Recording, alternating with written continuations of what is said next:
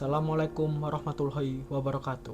Ada 5 tanda orang tidak bakal kaya dan kita akan bahas satu persatu. Bill Gates pernah mengatakan, lahir dalam kondisi miskin itu bukan salah kita, tapi mati dalam kondisi miskin itu mutlak salah kita. Banyak sekali orang-orang yang sudah bekerja keras mati-matian, kepala jadi kaki, kaki jadi kepala, pergi pagi, pulang petang. Penghasilan pun pas-pasan, pinggang pegal-pegal, dan sudah kerja keras mati-matian tapi tidak menghasilkan apa-apa. Pertanyaannya adalah, apakah kerja keras saja sudah cukup? Tidak cukup. Ya bukan cuma kerja keras saja yang kita butuhkan, tapi kita punya kerja cerdas dan kerja ikhlas. Kerja keras pakai otot, kerja cerdas pakai otak, dan kerja ikhlas pakai hati. Sukses itu berpola, gagal juga ada polanya. Jadi semua sudah diprediksi dengan pola tingkah laku tersebut. Untuk sukses ada polanya, dan untuk gagal pun ada polanya. Nah, hari ini saya akan bahas apa polanya, sehingga kita susah untuk kaya.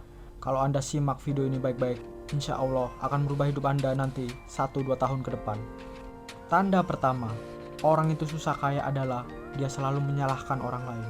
Seringkali saya mendengar, apabila ada orang yang gagal, dia selalu menyalahkan situasi. Dia menyalahkan orang tua, tidak mendukung, pacar yang tidak mendukung, istri yang tidak mendukung, atau suami saya yang tidak mendukung. Negara aturan memang tidak benar. Akhirnya apa? Saya tidak sukses. Saya ini terlalu muda untuk melakukan ini, untuk melakukan itu. Saya sudah tua untuk melakukan ini. Dan banyak sekali hal-hal yang dia salahkan dari kegagalan dia. Dia selalu melimpahkan kesalahan ke orang lain dari setiap kegagalan dia. Dan dia menganggap bahwa dia itu korban. Saya ada cerita menarik. Ada 2 orang yang dipenjara di tempat yang sama dengan satu jendela yang sama dan sama-sama dapat melihat keluar. Orang yang pertama, apabila memandang keluar, dia selalu melihat bintang, dia selalu melihat pepohonan, dan dia selalu tersenyum. Dan orang yang kedua, pada saat dia melihat keluar, dia selalu melihat kotoran, dia selalu melihat debu, dan dia melihat keluar itu selalu melihat hal-hal yang jelek. Dari cerita tadi menggambarkan ada 2 orang dalam satu penjara yang sama, di tempat yang sama, jendela yang sama, tapi apa? Spiritnya yang berbeda. Artinya, kemana fokus Anda pada saat terjadi kegagalan? Apa yang Anda fokuskan? Fokus dengan meratapi nasib atau fokus untuk memperbaiki sesuatu untuk menjadi orang yang lebih baik? Karena menyalahkan orang lain itu gampang sekali loh. Anak kecil pun bisa untuk menyalahkan orang lain, menyalahkan keadaan, menyalahkan situasi, dan kenapa orang tersebut selalu menyalahkan orang lain? Mungkin dia ingin menyelamatkan ego dia. Gampang sih ego terselamatkan. Tapi kita tidak akan jadi apa-apa. Kita tidak bisa move on untuk menjadi orang yang lebih baik daripada sebelumnya. Dan kita tidak pernah belajar dari kegagalan tersebut. Tanda kedua, Anda susah kaya adalah Anda tidak pernah menganggap uang itu penting. Biasanya orang tersebut belum punya uang yang banyak. Anda punya keyakinan seperti itu, ya hati-hati dengan keyakinan Anda. Karena bisa pikiran Anda menarik hal-hal yang Anda pikirkan. Anda berpikir uang tidak penting, jadinya uang itu tidak akan pernah tertarik dengan Anda. Orang-orang kaya itu menganggap bahwa uang itu penting loh. Ya bukan segalanya, karena uang itu penting. Akhirnya mereka bekerja keras, mereka punya inovasi-inovasi yang luar biasa, sehingga mereka bisa menghasilkan uang yang banyak.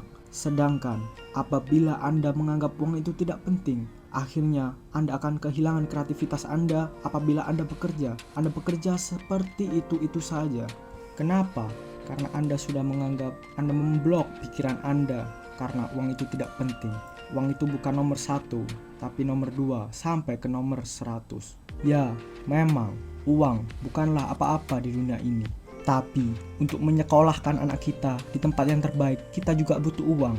Untuk membeli sesuatu untuk istri kita, kita juga butuh uang. Membahagiakan orang tua kita dengan membelikan rumah, membelikan mobil, atau semisalnya, itu juga membutuhkan uang. Semuanya butuh uang. Jadi kalau pada saat mindset Anda sudah bangun bahwa uang itu tidak penting, maka Anda tidak akan pernah bekerja keras untuk mendapatkan hal tersebut. Bapak Ibu sekalian, berpikir bodoh itu gratis, tapi Anda harus siap membayar dalam kehidupan nyata. Bapak Ibu, saat Anda mengatakan Anda lebih memilih kebahagiaan daripada uang, sebenarnya Anda lagi memilih mana yang lebih penting antara kaki atau tangan. Saat Anda percaya bahwa uang itu tidak penting, uang itu akan menjauh dari Anda semuanya. Tanda ketiga Anda susah kaya adalah Anda membeli barang-barang yang tidak mampu Anda beli. Anda membeli barang-barang tersebut hanya karena ego untuk memperlihatkan kepada orang lain. Supaya apa? Supaya diapresiasi oleh orang lain. Supaya diakui oleh orang lain. Beli barang-barang supaya terlihat kaya, terus dipertontonkan di sosial media. Itu supaya orang lain jadi terkesan, bukan? Bahkan Anda bilang, saya ingin membuat orang-orang yang tidak suka sama saya agar terkesan dengan saya. Terus, itu maksudnya apa? Buat apa kita meyakinkan mereka dengan kita mengeluarkan uang banyak? Kita traktir teman di tempat yang mahal. Supaya apa? Dibilang, wah kita dermawan, kita hebat, kita semuanya.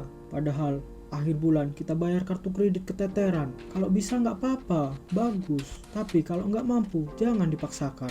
Itu poinnya yang saya ingin sampaikan. Di poin ketiga ini, memang pada saat Anda membuat mereka tertarik, pada saat membuat mereka kagum, ya mereka akan menghargai Anda. Tapi, sampai kapan kita dihargai karena hal-hal yang kita punya secara materi? Sedangkan prinsip orang-orang kaya sesungguhnya loh ya, bukan orang yang terlihat kaya. Orang-orang kaya sesungguhnya itu adalah dia membeli barang bahkan di bawah kemampuan standar mereka. Dan mereka membeli atas dasar apa? Atas dasar apa yang mereka butuhkan, bukan apa yang mereka inginkan. Tidak usah kita habiskan waktu kita untuk membuat orang lain terkesan dengan kita. Kita harus menghabiskan waktu kita supaya membuat diri kita terus bertumbuh. Sehingga apa? Sehingga akhirnya kita sendiri yang terkesan dengan diri kita.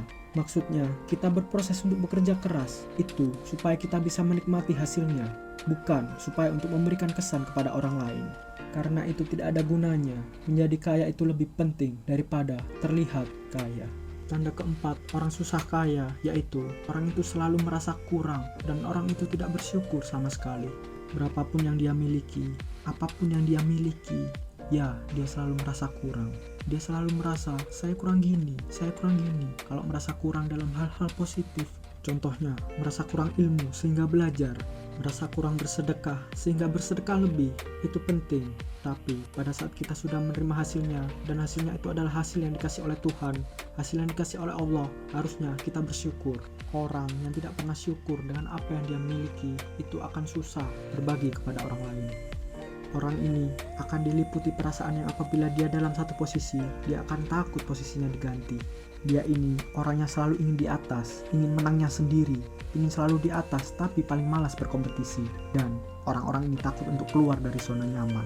Mereka ingin berubah, tapi sikap dan tingkah laku mereka tidak pernah berubah sama sekali. Mereka terlalu takut untuk menghadapi dunia perubahan. Ingin kaya, tapi berpikiran sempit dan tidak mau bersedekah, berbagi kepada orang lain.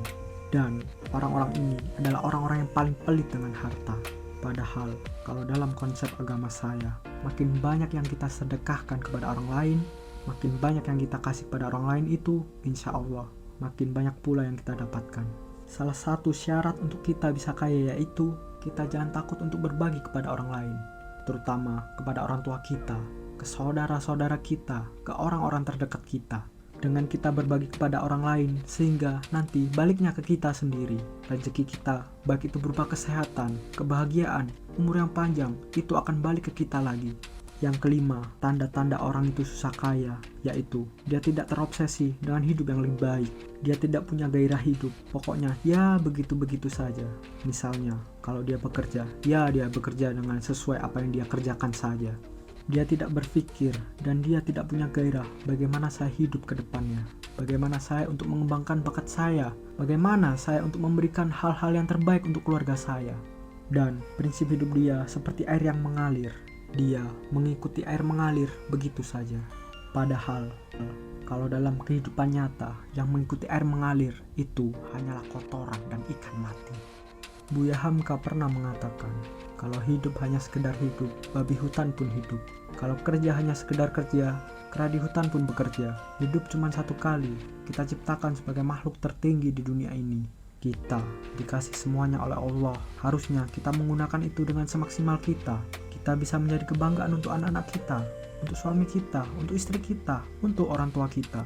Nah, Bapak Ibu sekalian, semoga sharing saya tentang 5 tanda orang susah kaya ini bermanfaat bagi Anda semuanya.